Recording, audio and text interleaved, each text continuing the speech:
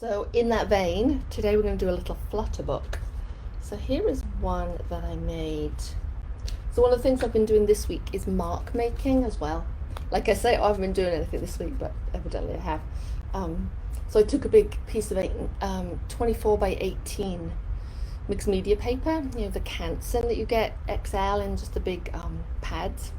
So, and I covered it with like paints and inks and like high flow acrylics, I mean, you name it. I splattered it, I printed on it with sticks, I did everything, and it was like this huge kind of, not mess, but it was sort of busy. And then I cut it into these smaller pieces, hopefully you can see those. Cut into these smaller pieces too, and I'm going to use these in a book next week. But I had some leftovers, which I wasn't that thrilled with, so I made them into this little Flutter book.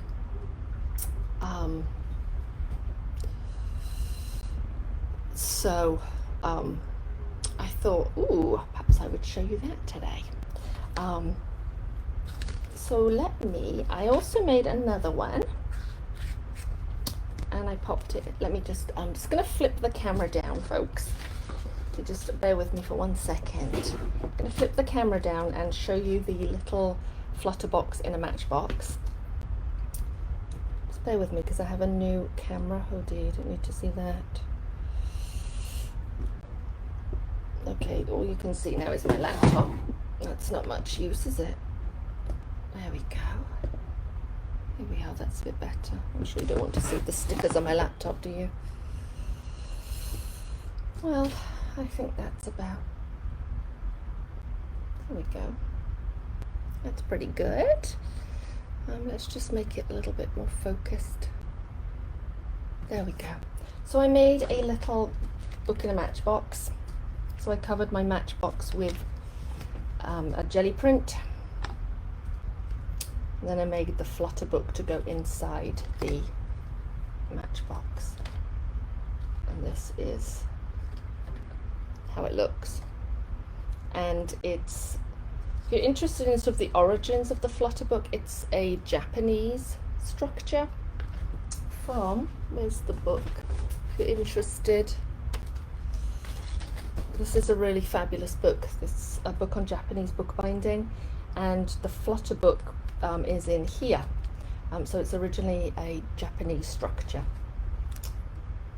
And there's another one which is something called the Accordions. Well, I can't remember what it's called. But this is the Flutter book. So I made another one years ago. Let me just get rid of that. I made a larger one. Here it is. And I actually put a cover on it. Gosh, hopefully you can see this. Let's make sure we're in focus. There we go. Hopefully you can hear me now a bit better, Arlene. It's not a carousel book, Phyllis, but it's sort of similar. You could kind of, I guess you could sort of make it more sculptural and make it like this. But generally, in this one, I actually put a hard cover over it, so it was like a one-piece cover, which I scored at the spine, and then wrapped it around, turn upside down so you can see. So it actually became a book like this. So obviously this is a larger version, this isn't a mini. And the way it's constructed is I'll just show you, it's much easier to show you. So this is one without a cover, just loose. And then with this one, I actually put the front cover here, then wrapped it around, back cover here, and there's a spine. So you can do it with a cover, like that. These were just jelly prints done with all sorts of different circles, which was kind of fun. So the Flutter book is a nice structure. So say you wanted to do an accordion, but you didn't have a huge piece of paper. this is useful because you can use smaller pieces of paper and fold them into signatures and then sort of glue them together. So I decided for this book to, okay, we've got the scraps, let's get rid of the scraps. Well, we're not getting rid of the scraps, are we? We're going to save them. So for this, oh, more scraps. So for this project, I went into my drawer of waste sheets. So hopefully you can see this. You know the waste sheets where you rub off your brayer, or like this, you can see the brayer marks. These were all done on copier paper, and they're just my waste sheets. This one you can really see, look, it's got all the brayer marks on. But you know, heck, we can't throw those away, can we? So I decided to use them in my little Flutter book. There's the back of one. I mean, it's not really anything it's not really proper print, but can't throw it away. So I'm going to take another one and just show you. So what I did was I made them into these little signatures, like this. So my book isn't super mini. I wanted to keep it a little larger so that you could see properly. I was going to do it with these little puppies, this size, but I thought it might be too small for you to see on camera, so I made it a little bit bigger. So I basically cut a whole bunch of these waste sheets out. Hi Tanya from Belgium. Thank you, Arlene. It's also Alyssa Golden put in her book. So I cut out these little signatures from my waste sheets. So they're just copier paper. I have one more to cut. So if you were here last week or you watched last week's video, you remember me saying that while these mini books might look simple, the key is they're a really good way to practice your sort of cutting and measuring skills. So this book is no exception. So I'm just getting rid of the excess around the edge, and I'm using my metal triangle. So what I'm doing here is making sure I have a nice 90-degree angle. So grain is important. So my little signatures here are going to be folded like this. So we want to make sure our grain is running this way. This is a piece of commercial copier paper, so I know for a fact that the grain is running the length of the book. So I'm going to cut out a signature here and a signature here so that my grain is running this way, which goes with the fold. Okay, let me just measure. I'm going to do them quite small, like 4 inches. 4 inches. And 4 inches. Okay. I think I'm going to use my ruler here and then make sure it's at 90 degrees. And I'm going to, should I do this one?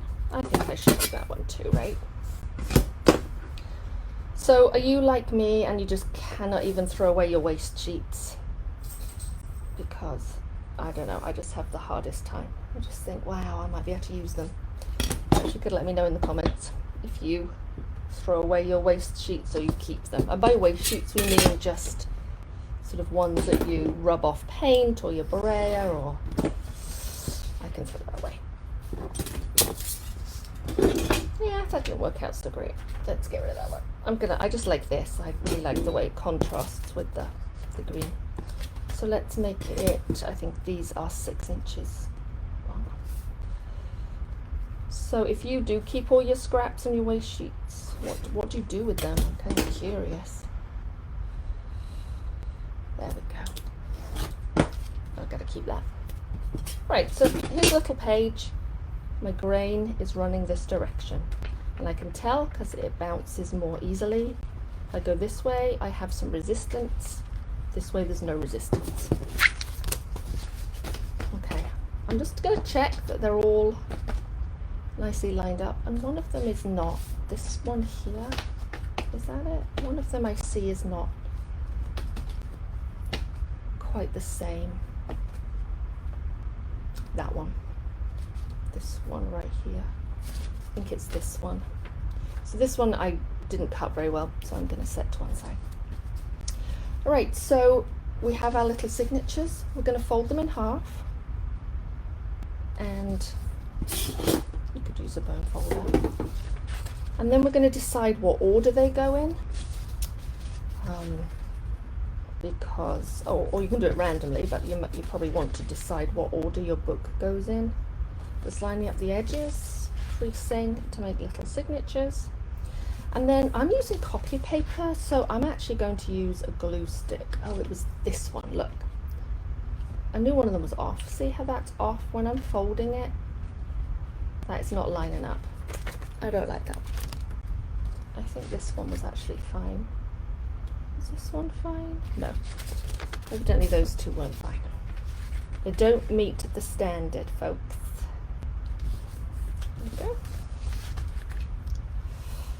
Alright, there we go. Let's see. Got any questions? Picture is not sharp. Let me see if I can sharpen it for you. How's that? Hopefully that's a bit better, Laurie. I'm working with a new camera. So let's decide what order we want them in. So the way I would do that is just by putting a little number. Number 1, number 2, number 3. I would just kind of mark them on the back. So I like this for number 1. I like that for number 2. Let's do this for number 3, and so forth. So just mark the back with pencil. I'm just using, it's back to school time, so I have a Bisquillion glue sticks that I picked up in Target the other day. But if I were using thicker paper, so say I were using a mixed media paper, or printmaking paper, I would take out my PVA. But this is going to be useful for us today because it's purple and you're going to be able to see it. And also this is copy paper. Normally I would use the Yoo-hoo, the acid-free one. But you know what? This is what we have today, so this is what we're going to use. Let me get my scraps out. I have lots of thin pieces of paper. I keep the scraps. So the way this book is constructed, we are gluing them together along the fore edge, not along the fold, not along this folded edge, but along the fore edge. And you can see I folded them sort of closed, so the back is facing outwards. We're going to glue them together along this edge and stack them up. And then once the glue has dried, that's how it opens up to the Flutter book. So let me show you what I mean. Where's page number 1? So it's really simple and but kind of effective, I think. So this is page number 1. I'm going to just do it upside down so that I can see what I'm doing. I'm just going to get a scrap of paper. I'm going to get a second scrap of paper, and I'm going to use it as a little fence so that this line of glue along my fore edge is only maybe an 1/8. This is, actually this is page number 1. We're going to go on this side, so let me flip it upside down. Just want to make sure that's lined up properly.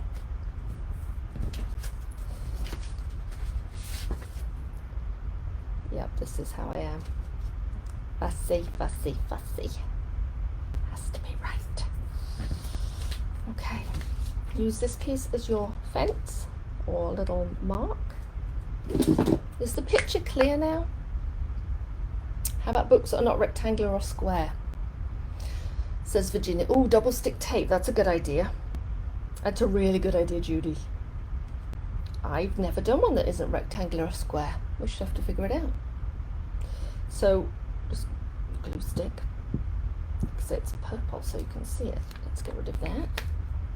This is my fore edge. Where's page number 2? I'm going to stick down page number 2. Right on the edge.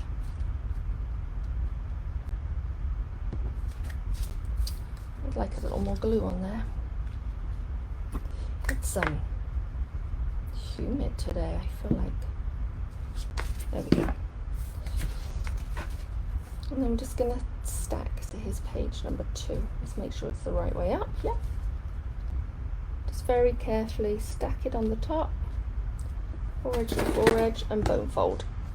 Let's keep doing that. Here's number 3.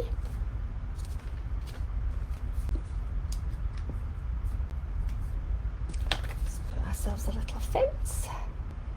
So if you were doing a bigger book, so say this was a larger, like 4x6, 5x7 book, I would make that bead of glue wider, so maybe a 1/4 inch or something.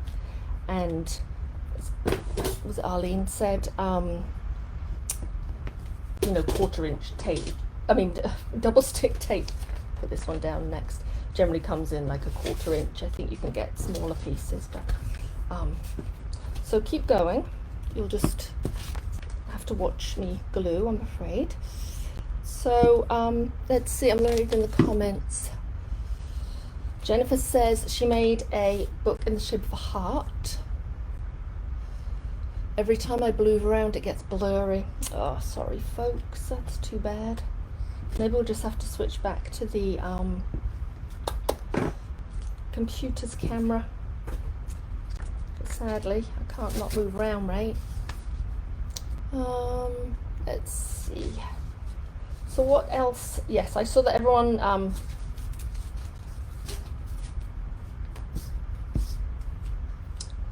everyone saves every scrap. I'm not surprised in the least. Okay. All right. I'm almost there. So the glue is along the foredge.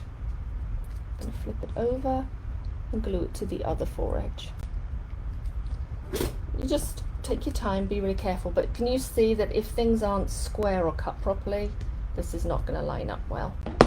So it's just another example of a good book to practice your so yep, we're going along the foredge on the back here.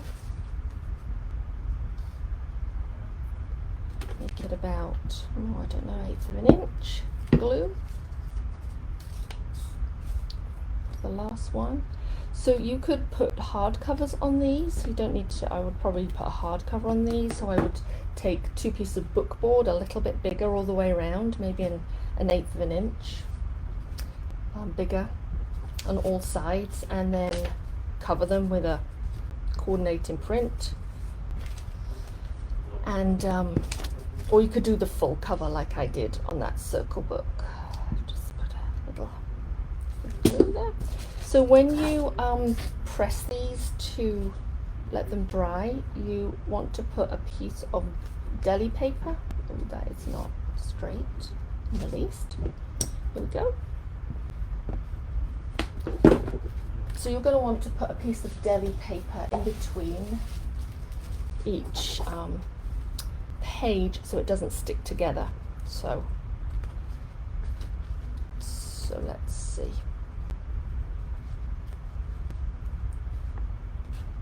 just going to make sure. So here's our first page. I'm going to put, so this is where it's glued, so I'm just not going to pull that part. I'm going to slip tiny pieces of deli paper in here so that while it dries it doesn't stick together in the wrong places. Because you know, occasionally that glue can seep through. Well, not occasionally, it always does, right? Just sliding in little pieces of deli paper into our book.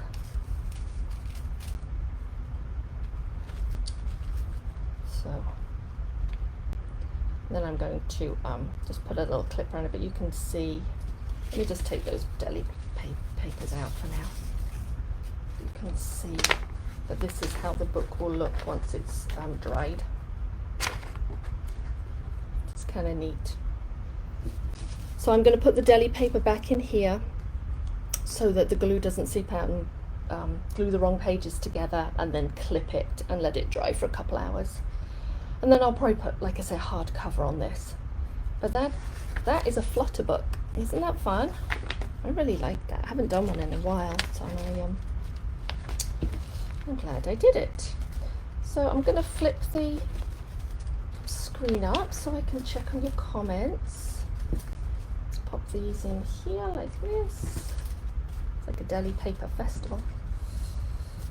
probably put a larger piece around it, and then I would get a couple clips, or put it under some weights, put it under a brick or something and leave it overnight, or at least for a few hours, and then